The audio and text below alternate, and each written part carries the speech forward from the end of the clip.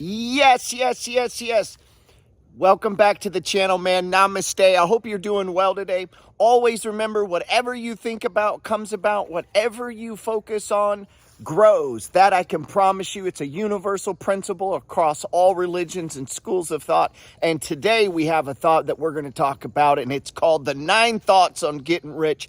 I hope it helps you. I hope it can help you center and focus your mind, because I promise you, what you think about comes about. And you were born, man. You were born to prosper. I believe that with all my heart.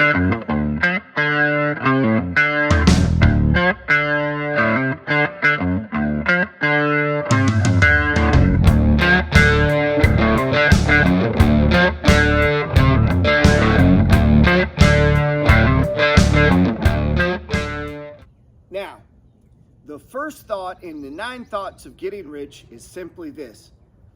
Getting rich is simple. It's just not easy.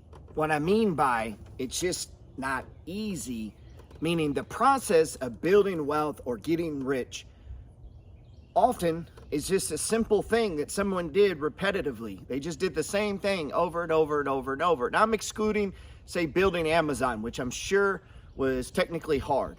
But I'm talking about a concept as maybe investing in single family real estate. It's a pretty simple process. It's just done over and over and over and over and over.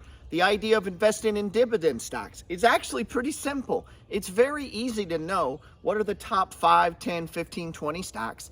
In my free ebook, You Don't Have to Die Broke, I have a chapter 10 entitled Dog Power. That is an easy process. Now, we'll get into that later in the video, but we have to believe. You have to.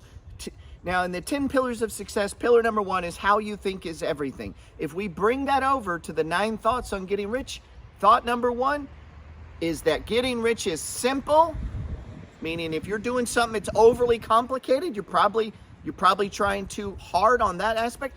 But it's just not easy, and it's not easy because of the repetitive motion that we have to do, and the discipline and that it brings to the table every single day, over and over and over, doing that simple thing over and over, buying one house and then the next house and then the next house and then the next house and the next house. Now, in that scenario, it will make you rich. The problem is you got to get the money for each down payment, and that's the part that's not easy.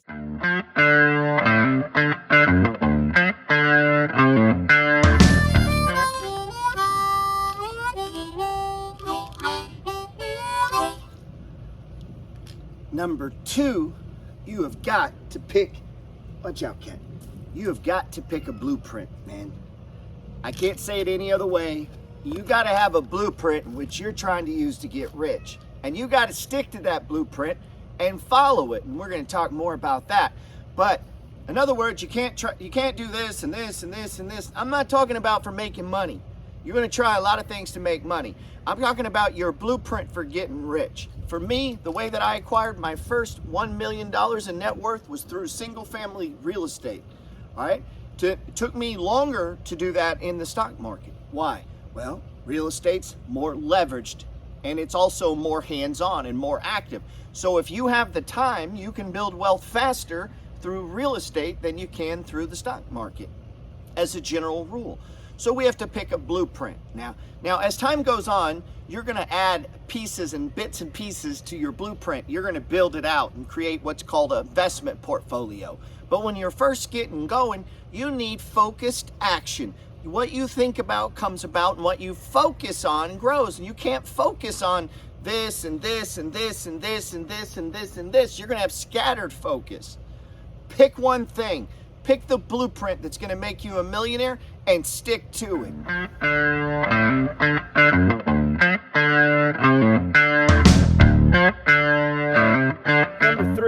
Number three is super important.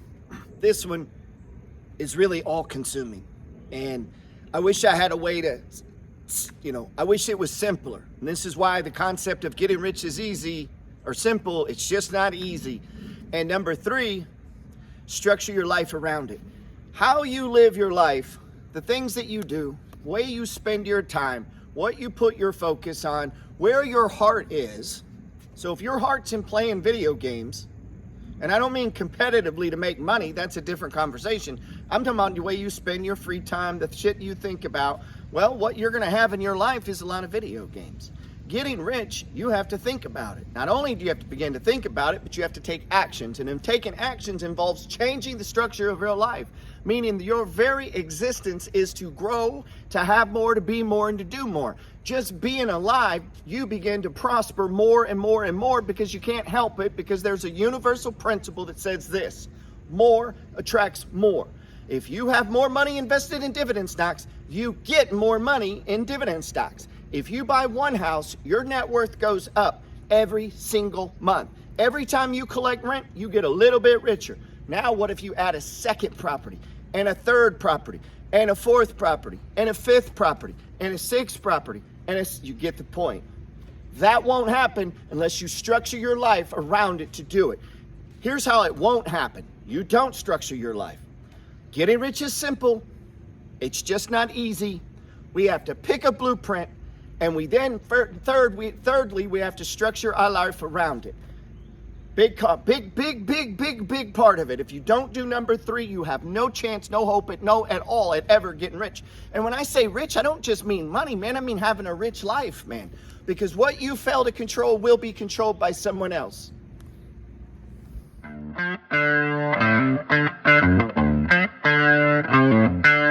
Number 4, we talk about do the math. What do I mean when I say do the math? You've got to get comfortable and familiar with what I call the millionaire math. Millionaires are thinking about things like passive income. So if I own 100 shares of, say, T, and I think they've lowered their dividend, but what it used to be was 50 cents a share, right? 50 cents times 100 is what? $50. I now have $50 of passive income. How often do they pay this? Every quarter, once a quarter, right? So how many quarters are there in a year? There's 4. Times 4 is what? $200 a year passive. That's passive income. So dividends are one of the few actual passive forms of income. Now, the more passive you find your numbers, typically the smaller the numbers, but not as you begin to grow exponentially, and that's a different conversation. What else would be? Well, let's talk about your profits.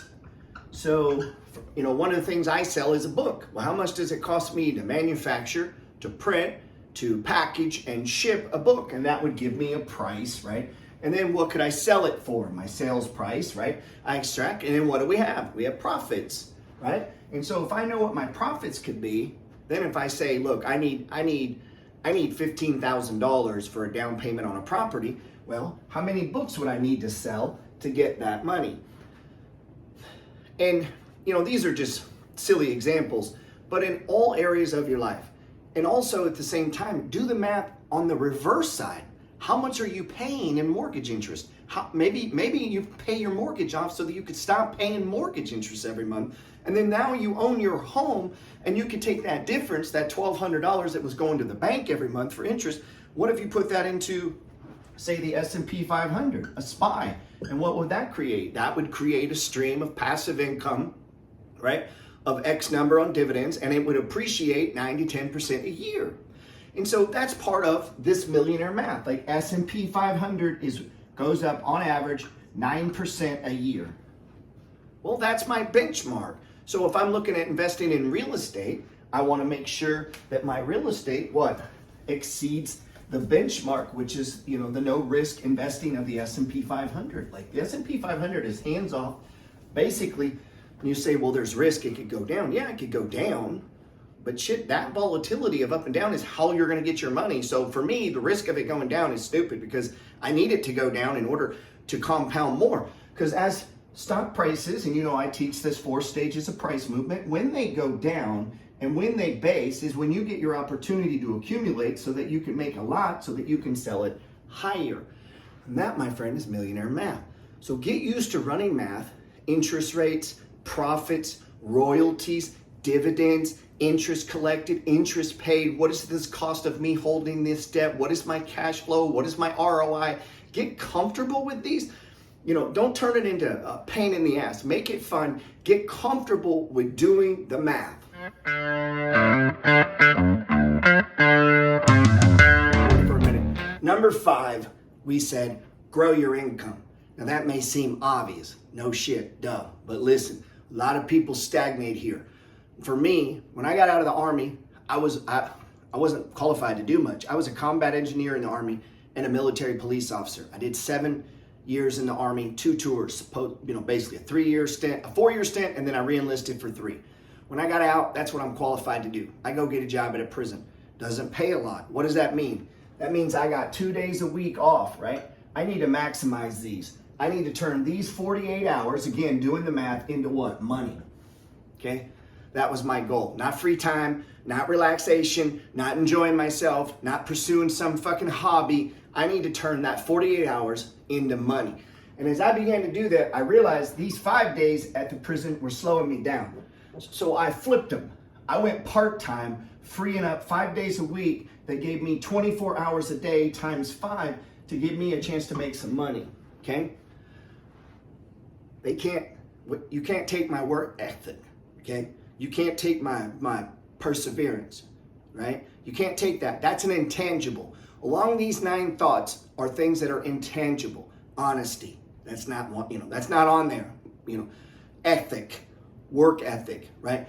Discipline, the ability to push oneself. If you can't do that, none of these 9 matter. So what I had to do was maximize my time. I only got 7 days. Again, back to doing the math. I need to turn this 7 into 8. Meaning I need 8 days a week making me money, not 5. Not 5, 8. Why? Because that extra 3 is gonna let me buy houses. If you work 3 days a week and all the money from the 3 days a week went into rental properties and you did that shit for 5 to 7 years, you would be a millionaire. I guarantee it. If you work 3 days a week where all the money went into real estate, 1 house, 2 house, 3 house, 4 house, 5 house, 6 house, 7 house, 8 house. Now all these houses are paying you money. Remember we said on the last one, do the math. So if I got 1 house and I got 2 houses and I got 3 houses and I got 4 houses and I got 5 houses, each house is throwing off money, right? Plus what? Plus I'm working the 8th day. That's math, man. You got to grow your income. Doing this will grow your income. Starting a side business that produces profits that you can then put it into this game or into dividends or into another business or whatever. It just needs to produce. It needs to become more, do more, and grow, okay? That's number 5, grow your income. The easiest way to do that is simply just to start to work more, okay? And then yes, of course, if you can get a raise, get it. If you can get overtime, get it. If you can get a better skill that'll increase your income, obviously do that, okay?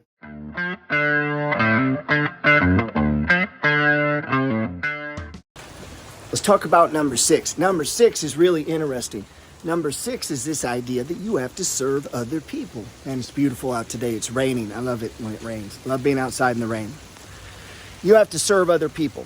Other people have all of the money that you need. Not only that you need, that you want. That prosperity, the money that you're going to get to put in those dividend stocks comes from other people. Their pockets, their wallets, their checkbooks, their credit cards, their purses, their Bitcoin, their crypto. And the way to get it is to serve them. Make people want to do exchanges with you. I write a book, you want the information, boom. Now, here's a principle that's taught in the science of getting rich. Give people more in use value than you ask for in monetary value. Meaning my book that costs $77 is going to give you thousands of dollars. It might make you rich in the future. You get what I'm saying? Like if you stick with the principles taught and you don't have to die broke, if you stick with those principles, you are going to build wealth. You're going to eliminate debt. You're going to grow your income. You're going to begin to invest on whichever blueprint that you choose or a combination of both real estate and stocks. You're going to get richer. So I served you. Same for you. If you sell cars, sell houses, do whatever it is, you cook food, you're a waitress, you're a bartender, your money comes from other people. Serve those people and they're going to feel compelled. They feel compelled. It's a universal principle, the law of reciprocity. If I open the door and smile at you, you feel obligated to smile at me or return the favor. People are the same. Treat me good at a restaurant, I'm going to give you a big tip. Make me feel good when I come to your store, I'm going to want to buy things and tell other people. It is super simple, man. Serve other people.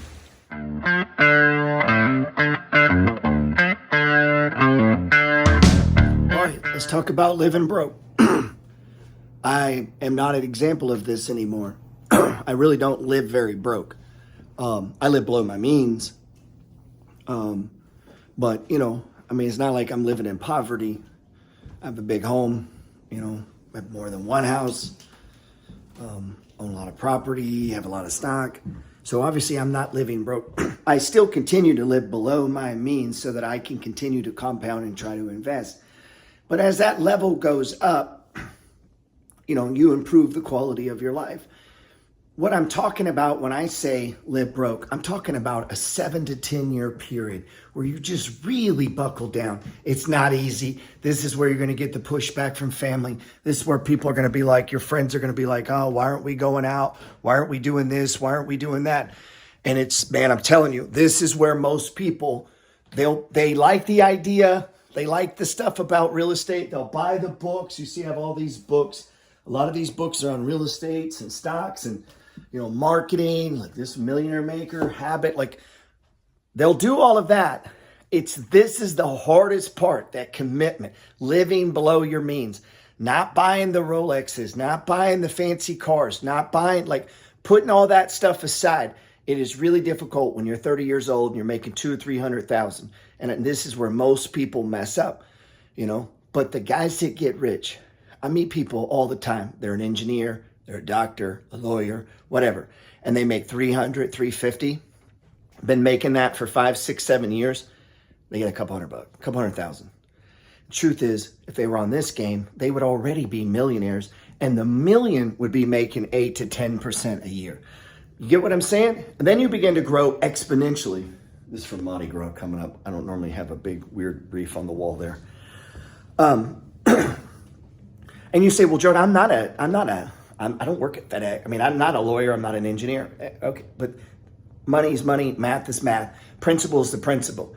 One thing I've figured out along the way, even though we don't know how we're going to get there, we don't know how it's going to work, it will work. The universe will open doors. It'll open up a path. It'll open up something for you. Just start the process. Live below your means, wherever that is. You've got to get margin. The reason we live below is so we can get some money we don't need. And the trick to money is having money you don't need so you can put that money to work, okay? So live below your means.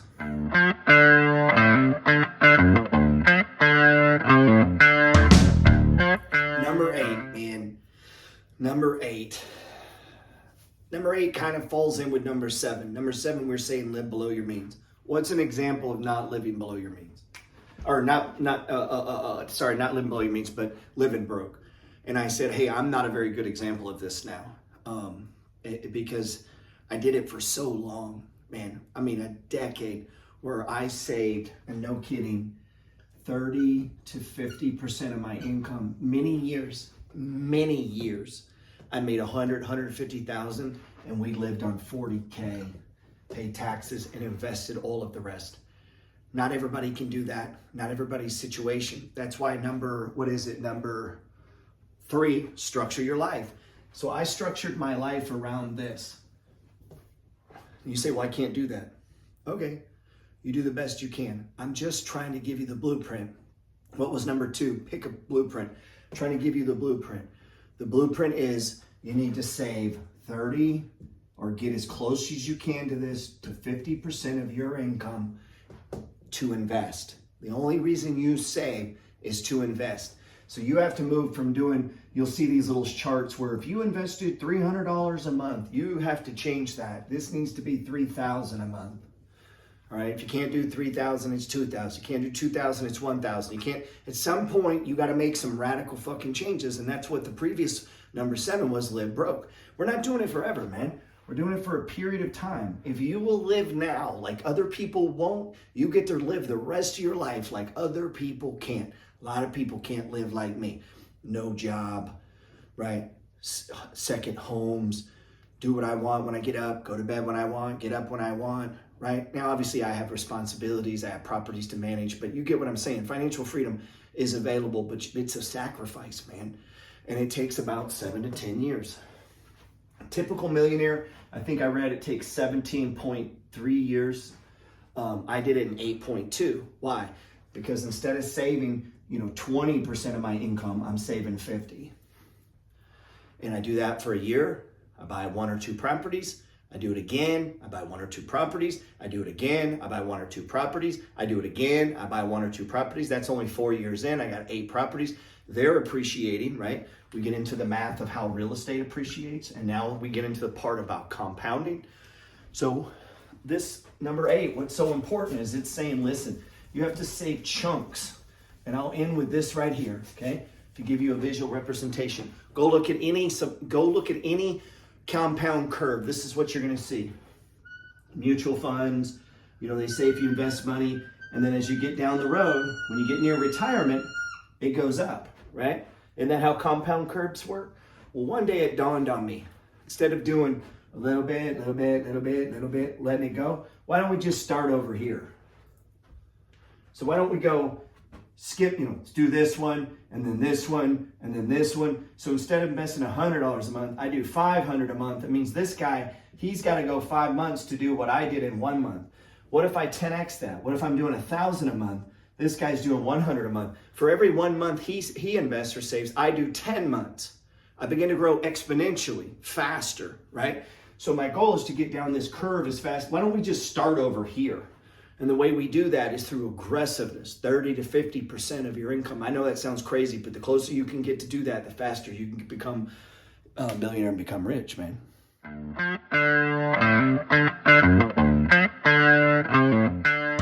Man, if you made it this far, you must be as crazy as I am. I like doing these videos. I realize my style, what I do, is not for everyone. And maybe it can be too much at times.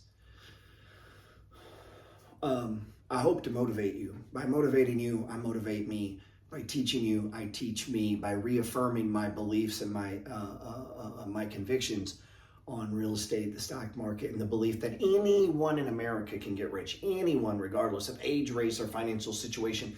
I believe that with all my heart. And I've dedicated the last part of my life. I gotta have something to do, man.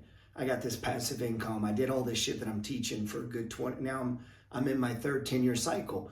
So in my free ebook, You Don't Have to Die Broke, I don't have one here.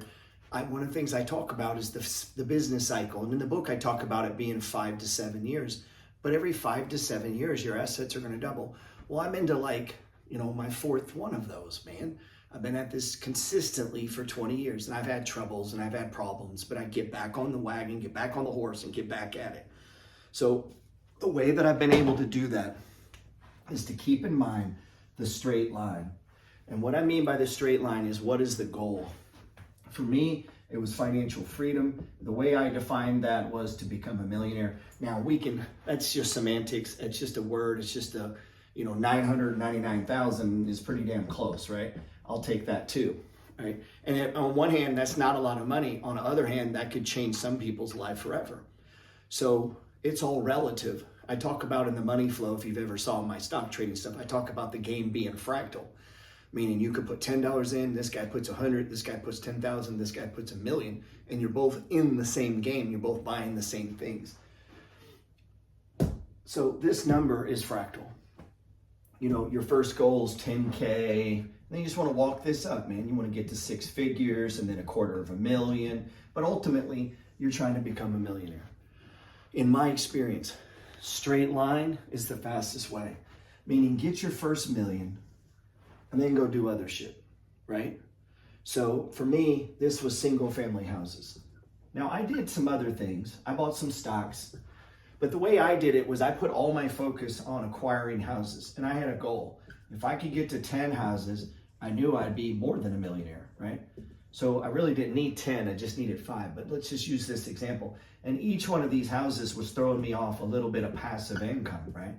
Well, what I began to do is I began to learn about other things. I began to, read about Warren Buffett and Ray Dalio and investing in dividend stocks and trading, and I'm learning about these other things.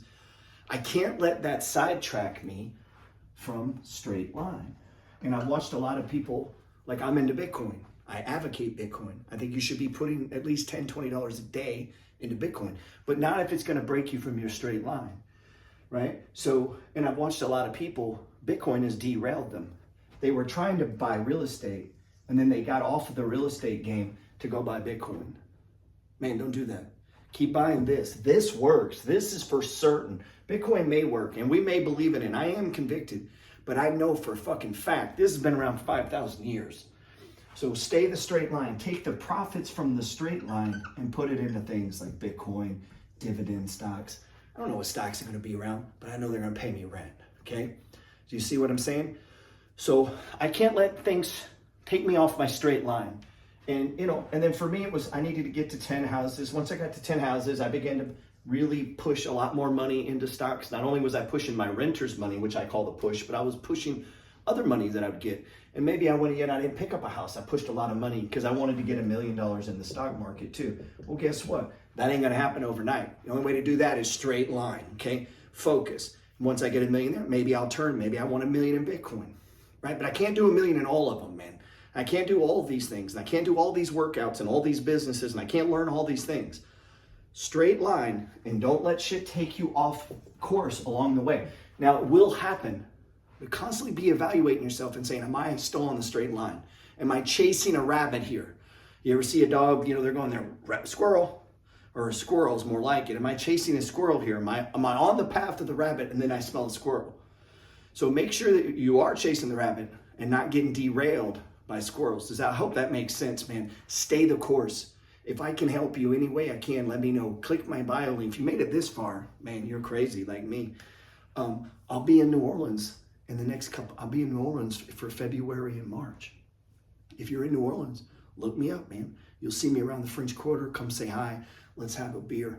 You know, whatever, man. If anything I can do to help you, let me know.